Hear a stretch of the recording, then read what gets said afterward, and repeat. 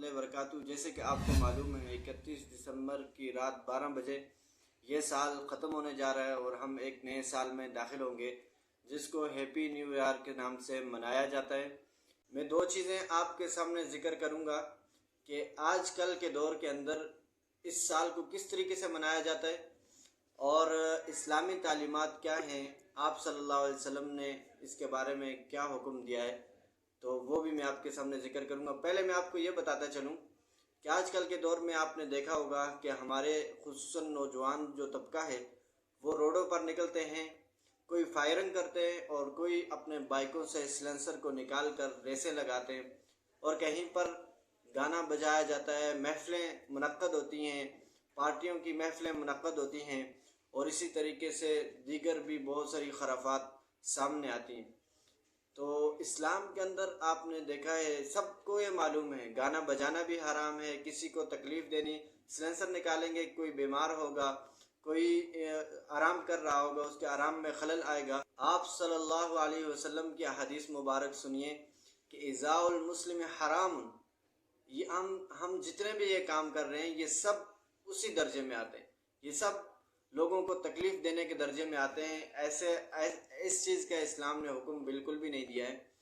جب یہ سال ختم ہو چکا، گویا کہ ہماری زندگی سے ایک سال اور مزید کم ہو چکا ہے، پھر کس بات کی خوشی کہ جب میں آپ کو ایک مثال کے طور پر سمجھاتا ہوں کہ ہماری زندگی، انسان کی زندگی آپ ایک برف کی طرح لے لیں، برف کو اگر آپ نکال کر کہیں باہر رکھ دیں وہ پگھلتی پگھلتی ختم ہو جائے گی۔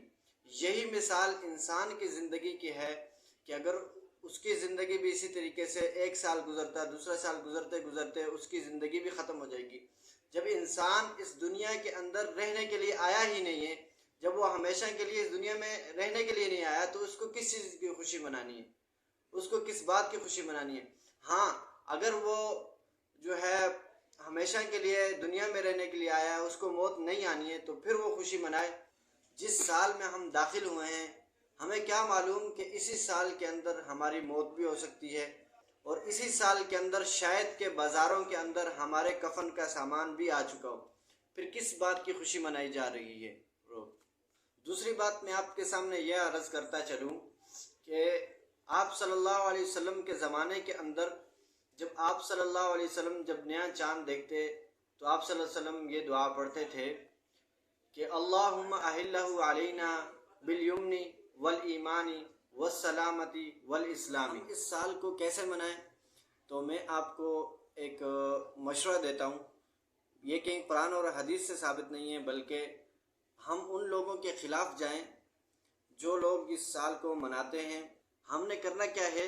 اگر ہم گھر پہ ہیں تو مصلی ہمارے پاس موجود ہوتا ہے، مصلی لے لیں اور مصلی بچھا کر ہم نے اپنے لیے دعا کرنی ہے اور سارے امت مسلمہ کے لیے دعا کرنی ہے۔ دوسری طرف جہاں فلسطین کا مسئلہ بھی ہے ان کے لیے بھی لازمی کریں، اپنے بھائیوں کو یاد رکھیں، اور دوسری طرف آپ کا جو یہ سال ختم ہو رہا ہے وہ سال بھی اچھے طریقے سے ختم ہو، وہ سال بھی عبادت پر ختم ہو، وہ سال بھی آپ کا مصلی پر ختم ہو، اور جو نیا سال شروع ہو رہا ہے وہ سال بھی آپ کا عبادت کے اندر ہو، وہ سال بھی آپ کا سجدے کے اندر ہو، اور وہ سال بھی آپ کا نماز کی حالت میں ہو۔ یہ کتنا خوبصورت انداز ہے منانے کا۔ یہ سال منانا ان لوگوں کے خلاف ہو جائے گا جو اس سال کو جو ہے ناچ کر مناتے ہیں، گانا گا کر مناتے ہیں، محفلیں سجا کر مناتے ہیں۔